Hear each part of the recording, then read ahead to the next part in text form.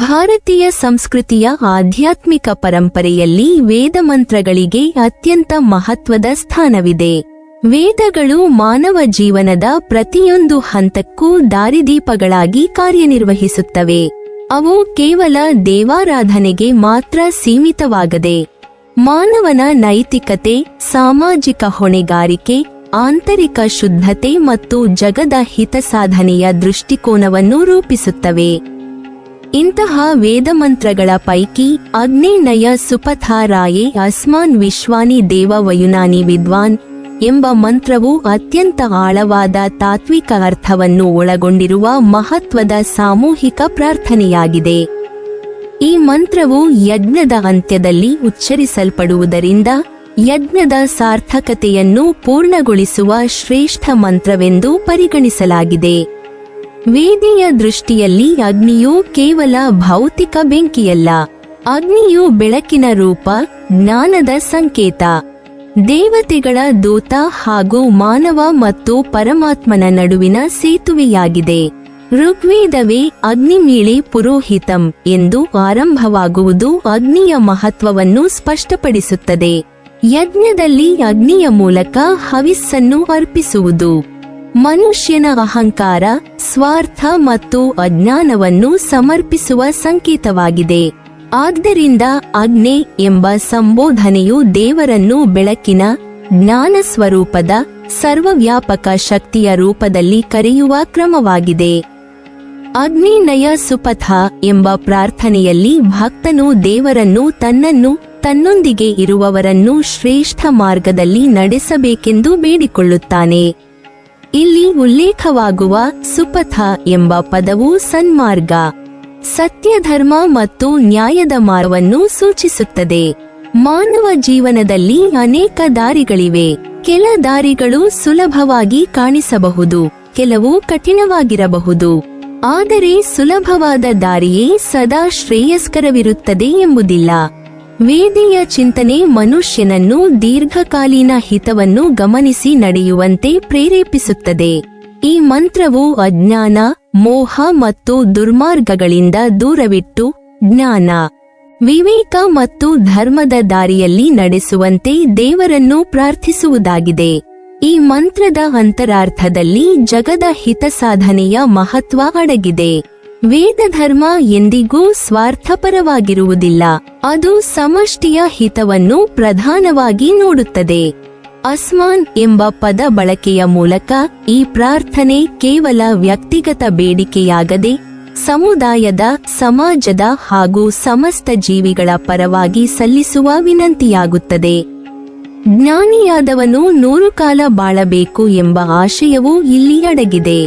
ಆದರೆ ಈ ದೀರ್ಘಾಯುಷ್ಯವು ಭೋಗವಿಲಾಸಕ್ಕಾಗಿ ಅಲ್ಲ, ಅದು ಲೋಕಹಿತಕ್ಕಾಗಿ, ಸಮಾಜವನ್ನು ಸನ್ಮಾರ್ಗದಲ್ಲಿ ನಡೆಸುವ ಜವಾಬ್ದಾರಿಗಾಗಿ. ತನ್ನೊಂದಿಗೆ ಇರುವವರನ್ನು ಮುಂದಿನ ಕಾಲದಲ್ಲಿಯೂ ಸತ್ಯಧರ್ಮದ ಮಾರ್ಗದಲ್ಲಿ ನಡೆಸುವ ಸಂಕಲ್ಪವೇ ಈ ಪ್ರಾರ್ಥನೆಯ ಹೃದಯವಾಗಿದೆ. ಮಂತ್ರದಲ್ಲಿ ಪರಮಾತ್ಮನನ್ನು ವಿಶ್ವಾನಿ ದೇವ ವಯುನಾನಿ ವಿದ್ವಾನ್ ಎಂದು ವರ್ಣಿಸಲಾಗಿದೆ. ಇದರರ್ಥ ಭಗವಂತನು ವಿಶ್ವದ ಸಕಲ ತತ್ವಗಳನ್ನು, ಸಕಲ ರಹಸ್ಯಗಳನ್ನು, ಸಕಲ ನಿಯಮಗಳನ್ನು ಸಂಪೂರ್ಣವಾಗಿ ತಿಳಿದಿರುವ ಜ್ಞಾನ ಸ್ವರೂಪನೆಂಬುದು. ಮಾನವ ಜ್ಞಾನ ಎಷ್ಟೇ ಉನ್ನತವಾಗಿದ್ದರೂ ಅದು ಸೀಮಿತವೇ. ಭಕ್ತನು ಜ್ಞಾನಿಯಾದರೂ, ಪರಮಾತ್ಮನಲ್ಲಿ ಏಕೀಭಾವ ಹೊಂದಿದರೂ ಆತನು ಜಗದೀಶ್ವರನಾಗಲು ಸಾಧ್ಯವಿಲ್ಲ. ಈ ತತ್ವವು ಮಾನವನ ಅಹಂಕಾರವನ್ನು ಕುಗ್ಗಿಸಿ ವಿನಯ ಮತ್ತು ಶರಣಾಗತಿಯ ಭಾವವನ್ನು ಬೆಳೆಸುತ್ತದೆ. ಅದಕ್ಕಾಗಿ ಈ ಮಂತ್ರದಲ್ಲಿ ಭಕ್ತನು ಸಾಷ್ಟಾಂಗ ನಮಸ್ಕಾರದ ಮೂಲಕ ಪರಮಾತ್ಮನಿಗೆ ಸಂಪೂರ್ಣ ಶರಣಾಗತಿಯನ್ನು ಸಲ್ಲಿಸುತ್ತಾನೆ. ಯಜ್ಞದ ಕೊನೆಯಲ್ಲಿ ಈ ಮಂತ್ರವನ್ನು ಸಾಮೂಹಿಕವಾಗಿ ಪಠಿಸುವ ಪದ್ಧತಿ ಅತ್ಯಂತ ಅರ್ಥಪೂರ್ಣವಾಗಿದೆ. ಯಜ್ಞವು ವೈಯಕ್ತಿಕ ಕರ್ಮಕಾಂಡವಾಗಿದ್ದರೂ ಅದರ ಅಂತ್ಯದಲ್ಲಿ ಸಲ್ಲಿಸುವ ಈ ಪ್ರಾರ್ಥನೆ ಸಮಷ್ಟಿಯ ಹಿತವನ್ನು ನೆನಪಿಸುತ್ತದೆ. ಸಾಮಾನ್ಯವಾಗಿ ಈ ಮಂತ್ರದ ಕೊನೆಯ ಸಾಲನ್ನು 2 ಬಾರಿ ಉಚ್ಚರಿಸುವುದು ವಾಡಿಕೆ. ಇದರಿಂದ ಪ್ರಾರ್ಥನೆಯ ದೃಢತೆ, ಸಂಕಲ್ಪದ ಗಂಭೀರತೆ ಮತ್ತು ಭಕ್ತಿಯ ತೀವ್ರತೆ ಹೆಚ್ಚುತ್ತದೆ ಎಂದು ನಂಬಲಾಗಿದೆ. ನಂತರ ಪುನಃ ಮೊದಲಿನ ಶಾಂತಿ ಮಂತ್ರವನ್ನು ಉಚ್ಚರಿಸಿ ಯಜ್ಞವನ್ನು ಮುಕ್ತಾಯಗೊಳಿಸುವ ಪದ್ಧತಿ ಇದೆ. ಇದು ಯಜ್ಞದ ಆರಂಭದಿಂದ ಅಂತ್ಯವರೆಗೆ ಶಾಂತಿ, ಸಮತೋಲನ ಮತ್ತು ಪವಿತ್ರತೆಯನ್ನು ಕಾಪಾಡುವ ಸಂಕೇತವಾಗಿದೆ.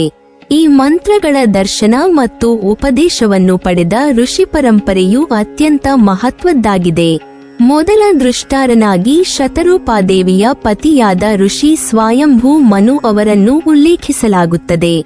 ಸ್ವಯಂಭೂ ಮನು ಮಾನವ ಸಮಾಜದ ಮೊದಲ ನಿಯಮಕಾರನೆಂದು ಪರಿಗಣಿಸಲ್ಪಟ್ಟಿದ್ದು, ಧರ್ಮ, ನೈತಿಕತೆ ಮತ್ತು ಸಾಮಾಜಿಕ ವ್ಯವಸ್ಥೆಯ ಸ್ಥಾಪನೆಯಲ್ಲಿ ಮಹತ್ವದ ಪಾತ್ರ ವಹಿಸಿದ್ದಾರೆ.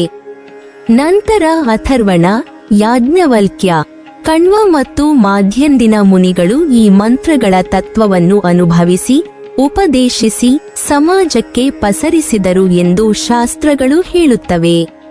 ಈ ಮೂಲಕ ಈ ಮಂತ್ರವು ಕೇವಲ ಪಠ್ಯವಾಗದೆ ಜೀವಂತ ಪರಂಪರೆಯಾಗಿ ಮುಂದುವರಿದಿದೆ. ಅಗ್ನಿನಯ ಸುಪಥ ಮಂತ್ರವು ಅಂತಿಮವಾಗಿ ಮನುಷ್ಯನ ಜೀವನದ ಗುರಿಯನ್ನು ನೆನಪಿಸುತ್ತದೆ.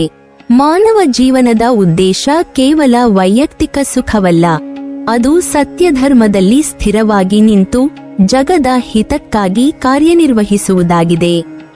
ಜ್ಞಾನ, ಭಕ್ತಿ ಮತ್ತು ಕರ್ಮ ಈ ಮೂರನ್ನು ಸಮನ್ವಯಗೊಳಿಸುವ ವೇದೀಯ ದರ್ಶನವನ್ನು ಈ ಮಂತ್ರ ಸ್ಪಷ್ಟವಾಗಿ ಪ್ರತಿಬಿಂಬಿಸುತ್ತದೆ.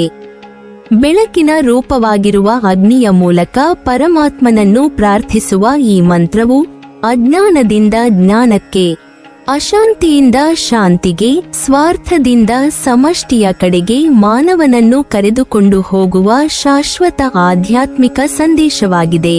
ಈ ಮಂತ್ರಕ್ಕೆ ಭಾಷ್ಯವನ್ನು ನೀಡುವಾಗ ವೇದಭಾಷ್ಯ ಪರಂಪರೆಯ ದೃಷ್ಟಿಕೋನವನ್ನು ಗಮನಿಸಬೇಕಾಗುತ್ತದೆ. ಭಾಷ್ಯವೆಂದರೆ ಕೇವಲ ಶಬ್ದಾರ್ಥವಲ್ಲ, ಅದು ಮಂತ್ರದ ಆಂತರಿಕ ಅರ್ಥ, ತಾತ್ವಿಕ ಉದ್ದೇಶ ಮತ್ತು ಸಾಧಕನ ಜೀವನದಲ್ಲಿ ಅದರ ಅನ್ವಯವನ್ನು ವಿವರಿಸುವ ಪ್ರಕ್ರಿಯೆಯಾಗಿದೆ. ಅಗ್ನಿನಯ ಸುಪಥ ರಾಯೇ ಅಸ್ಮಾನ್ ಎಂಬಲ್ಲಿ ಅಗ್ನಿ ಶಬ್ದವು ಸ್ಥೂಲವಾಗಿ ಬೆಂಕಿಯನ್ನು ಸೂಚಿಸಿದರು. ಭಾಷ್ಯಕಾರರ ದೃಷ್ಟಿಯಲ್ಲಿ ಅದು ಪರಮಾತ್ಮನ ಪ್ರಕಾಶ ಸ್ವರೂಪ, ಜ್ಞಾನಶಕ್ತಿ ಮತ್ತು ನಿಯಂತ್ರಕ ತತ್ವವನ್ನು ಸೂಚಿಸುತ್ತದೆ. ನಯ ಎಂಬ ಕ್ರಿಯಾಪದವು ಕೇವಲ ನಡೆಸು ಎಂಬ ಅರ್ಥಕ್ಕಷ್ಟೇ ಸೀಮಿತವಾಗದೆ ಒಳಗಿನ ವಾಸನೆಗಳನ್ನು ಶುದ್ಧಗೊಳಿಸಿ ಸಾಧಕನನ್ನು ಕ್ರಮೇಣ ಉನ್ನತ ಸ್ಥಿತಿಗೆ ಕರೆದೊಯ್ಯುವ ದೈವಿ ಅನುಗ್ರಹವನ್ನು ಸೂಚಿಸುತ್ತದೆ. ಸುಪಥ ಎಂದರೆ ಧರ್ಮ, ಸತ್ಯ ಮತ್ತು ಋತದ ಮಾರ್ಗ. ರಾಯೇ ಎಂಬ ಪದವು ಐಶ್ವರ್ಯವನ್ನು ಸೂಚಿಸಿದರೂ ಅದು ಭೌತಿಕ ಸಂಪತ್ತಿಗಿಂತಲೂ ಆತ್ಮಸಂಪತ್ತು, ಜ್ಞಾನ ಸಂಪತ್ತು ಮತ್ತು ವೈರಾಗ್ಯವನ್ನು ಸೂಚಿಸುವುದಾಗಿ ಭಾಷ್ಯಗಳು ಹೇಳುತ್ತವೆ. ತತ್ವ ಸಿದ್ಧಾಂತದ ದೃಷ್ಟಿಯಿಂದ ಈ ಮಂತ್ರವು ಆತ್ಮ, ಜಗತ್ತು ಮತ್ತು ಪರಮಿನ ಸಂಬಂಧವನ್ನು ಸ್ಪಷ್ಟವಾಗಿ ನಿರೂಪಿಸುತ್ತದೆ. ಜಗತ್ತು ಅಸಾರವೆಂದು, ಸಂಪೂರ್ಣ ಮಿಥ್ಯವೆಂದೂ ಅಲ್ಲ, ಅದು ಪರಮಾತ್ಮನ ನಿಯಮದಲ್ಲಿ ನಡೆಯುವ ವ್ಯವಸ್ಥೆ. ಮಾನವನು ತನ್ನ ಸ್ವಂತ ಬುದ್ಧಿಶಕ್ತಿಯಿಂದ ಮಾತ್ರ ಸನ್ಮಾರ್ಗವನ್ನು ಕಂಡುಕೊಳ್ಳಲಾರನು. ಅದಕ್ಕಾಗಿ ಈ ಮಂತ್ರದಲ್ಲಿ ವ್ಯಕ್ತವಾಗುವ ಶರಣಾಗತಿಯ ಭಾವವೇ ತತ್ವ ಸಿದ್ಧಾಂತದ ಕೇಂದ್ರಬಿಂದು. ಜೀವನು ತನ್ನ ಅಲ್ಪತ್ವವನ್ನು ಅರಿತು ಸರ್ವಜ್ಞನಾದ ಪರಮಾತ್ಮನ ಮಾರ್ಗದರ್ಶನವನ್ನು ಬೇಡಿಕೊಳ್ಳುವಾಗಲೇ ಸತ್ಯಜ್ಞಾನೋದಯ ಸಂಭವಿಸುತ್ತದೆ. ದ್ವೈತ ಸಿದ್ಧಾಂತದ ದೃಷ್ಟಿಯಿಂದ ಈ ಮಂತ್ರವನ್ನು ವಿಶ್ಲೇಷಿಸಿದರೆ ಜೀವ ಮತ್ತು ಪರಮಾತ್ಮನ ನಡುವಿನ ಭೇದ ಸ್ಪಷ್ಟವಾಗುತ್ತದೆ. ದ್ವೈತ ತತ್ವದಲ್ಲಿ ಅಗ್ನಿ ಎಂದರೆ ಸರ್ವೋತ್ತಮ ವಿಷ್ಣು ಅಥವಾ ಪರಮಾತ್ಮ. ಜೀವನು ಸದಾ ಅವನ ಅಧೀನನಾಗಿದ್ದು ಸ್ವತಂತ್ರನಲ್ಲ. ವಿಶ್ವಾನಿ ದೇವ ವಯುನಾನಿ ವಿದ್ವಾನ್ ಎಂಬ ಸಾಲು ಪರಮಾತ್ಮನ ಸರ್ವಜ್ಞತ್ವವನ್ನು ಘೋಷಿಸುತ್ತದೆ. ಜೀವನು ಎಷ್ಟೇ ಜ್ಞಾನವನ್ನು ಸಂಪಾದಿಸಿದರೂ ಅವನು ಪರಮಾತ್ಮನಂತೆ ಸರ್ವಜ್ಞನಾಗಲು ಸಾಧ್ಯವಿಲ್ಲ. ಆದ್ದರಿಂದ ದ್ವೈತದ ಪ್ರಕಾರ ಈ ಮಂತ್ರವು ಜೀವನು ತನ್ನ ಸ್ವಾಭಾವಿಕ ದಾಸತ್ವವನ್ನು ಒಪ್ಪಿಕೊಂಡು ಪರಮಾತ್ಮನ ಕೃಪೆಯಿಂದ ಮಾತ್ರ ಸನ್ಮಾರ್ಗದಲ್ಲಿ ನಡೆಯಲು ಸಾಧ್ಯವೆಂದು ಸಾರುತ್ತದೆ. ಸಾಷ್ಟಾಂಗ ನಮಸ್ಕಾರವು ಜೀವನ ದಾಸಭಾವದ ಪರಮಾವಧಿಯ ಸಂಕೇತವಾಗಿದೆ. ಅದ್ವೈತ ಸಿದ್ಧಾಂತದ ದೃಷ್ಟಿಯಲ್ಲಿ ಈ ಮಂತ್ರವು ಭಿನ್ನಾರ್ಥವನ್ನು ಪಡೆದುಕೊಳ್ಳುತ್ತದೆ. ಅದ್ವೈತದಲ್ಲಿ ಪರಮಾರ್ಥದ ಮಟ್ಟದಲ್ಲಿ ಜೀವ ಮತ್ತು ಬ್ರಹ್ಮನ ನಡುವೆ ಭೇದವಿಲ್ಲ. ಅಗ್ನಿ ಎಂದರೆ ಶುದ್ಧ ಚೈತನ್ಯ, ಬ್ರಹ್ಮ ಸ್ವರೂಪ. ಅಸ್ಮಾನ್ನಯ ಎಂಬ ಪ್ರಾರ್ಥನೆ ಅಜ್ಞಾನದಿಂದ ಆವೃತವಾಗಿರುವ ಜೀವಭಾವವನ್ನು ತ್ಯಜಿಸಿ ತನ್ನ ನಿಜ ಸ್ವರೂಪವಾದ ಬ್ರಹ್ಮಜ್ಞಾನದಲ್ಲಿ ಸ್ಥಿರಗೊಳಿಸಬೇಕೆಂಬ ಆಂತರಿಕ ಆಕಾಂಕ್ಷೆಯನ್ನು ಸೂಚಿಸುತ್ತದೆ. ಇಲ್ಲಿ ಶರಣಾಗತಿ ಎಂದರೆ ಬೇರೆ ದೇವರ ಮುಂದೆ ಶರಣಾಗುವುದಲ್ಲ, ಅದು ಅಹಂಕಾರ ಮತ್ತು ಕರ್ತೃತ್ವಾಭಿಮಾನವನ್ನು ತ್ಯಜಿಸಿ ಬ್ರಹ್ಮೈಕ್ಯ ಜ್ಞಾನದಲ್ಲಿ ಲೀನವಾಗುವುದಾಗಿದೆ.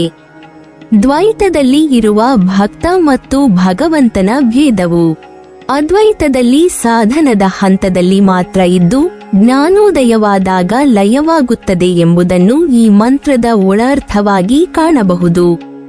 ವಿಶಿಷ್ಟಾದ್ವೈತ ಸಿದ್ಧಾಂತದಲ್ಲಿ ಈ ಮಂತ್ರವು ಜೀವ ಜಗತ್ತು ಈಶ್ವರ ಸಂಬಂಧವನ್ನು ಸಮನ್ವಯಗೊಳಿಸುತ್ತದೆ.